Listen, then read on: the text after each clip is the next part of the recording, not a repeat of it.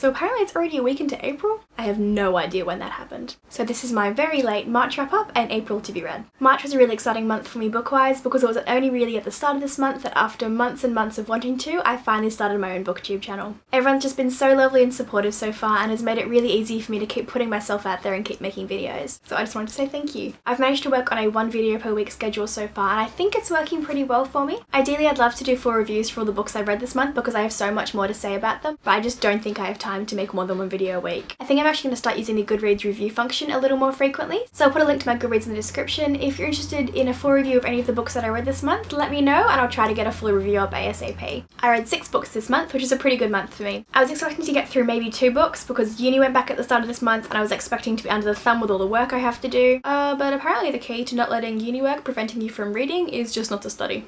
That's a long-term sustainable plan, right? Well, the first 2 books I read this month were actually part of a series. I had really differing opinions about the 2 of them. These were the manga biographies of the 14th Dalai Lama and of Gandhi. These are 2 of the 3 titles in a series produced by Penguin, where the lives of famous individuals are presented in the form of manga. I read the Dalai Lama one first, and I thought it was just absolutely wonderful. The text and the pictures were really well balanced, and for such a short book, I really felt like I gained a thorough understanding of his life and the impact he has on the world. It was engaging and entertaining, and it really did make me want to learn more about the Dalai Lama. Because I read this one first, I had pretty high expectations when I picked up the Gandhi volume, but it just didn't measure up. Quite a few misspellings and missed words in the Gandhi volume, and I feel like the English translation just wasn't well done, which really took me out of the reading experience. I feel like even though the pictures are supposed to be able to tell most of the story, I was pretty confused for a lot of it because the characters weren't introduced properly and I felt like they didn't explain the historical events with enough context. I did enjoy having the manga style pictures though, and I've actually tabbed my 2 favourite drawings. I'm not sure which of them is more ridiculous. Having the sound effects spoofed to donate fire, or the inclusion of this very CSI yeah panel. Maybe if I'd already known quite a lot about Gandhi, it would have been a fun way to refresh that knowledge, but I went in as a complete novice and I found it just didn't give me enough information to be a good introduction to the area. I mean, it's a really quick read and it's a fantastic concept, so I'm glad I picked it up, but I probably wouldn't recommend this one. The Dalai Lama volume, however, was completely worth it. Because they're by different authors, I think you have to not let your opinion of one be influenced by the other one. I'm giving Dalai Lama a manga biography 5 stars, and Gandhi a manga biography 2 stars. The next book that I read is Stardust by Neil Gaiman. This is only the 2nd Neil Gaiman book that I've read,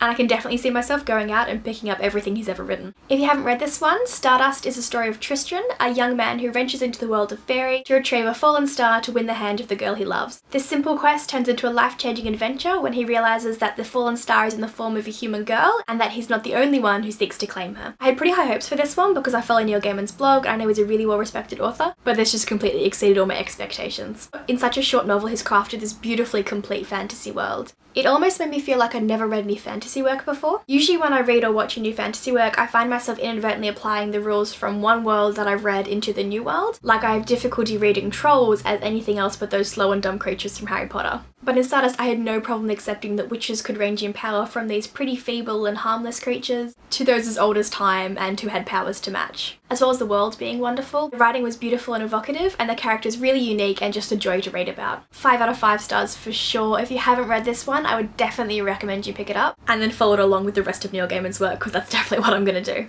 The 4th book that I read this month is The Madness Underneath by Maureen Johnson. This is the 2nd book in the Shades of London series and follows on from The Name of the Star, which was released in 2011. I don't want to talk too much about the plot of this one because it's hard to talk about without also spoiling the plot of the first book, but the basic premise of the series is that Rory is an American girl attending a British boarding school and after a near-death experience can now see and communicate with ghosts. Rory is torn, as our protagonists so often are, between 2 worlds. Wexford, the friends she has there, and any hope of a normal life, and the life of danger and excitement that comes with investigating the paranormal. I guess you could say the main focus of The Madness Underneath is Rory dealing with the events of the first book in the series, and then trying to move on with her life. The first half of the book was this really engaging plot that I was really interested in, and I feel we hit about the midway point and the plot just changed completely. It was almost as if the book was torn between these 2 really interesting plot points, which made them both kind of feel sort of half-baked. Well, I was kind of dissatisfied with the rest of the book. The very end of it was really on point, the writing was wonderful, and it made me really excited to read the next book. I kind of just feel like Maureen Johnson needs a better editor.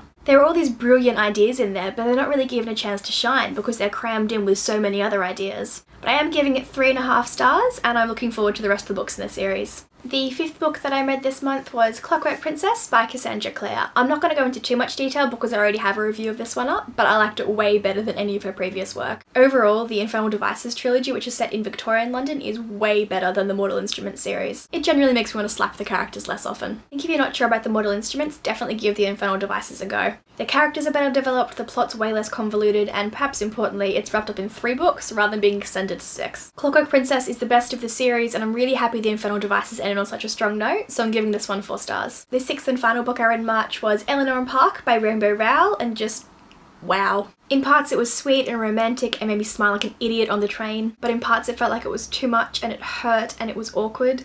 But the entire way through, it was completely realistic. This book was just so perfect. I'm not sure I'll ever be able to recover enough to put my thoughts into enough words to write a full review, but if I do, I'll definitely put it on Goodreads because more people need to read this book. 5 out of 5, hands down, best book I've read this year.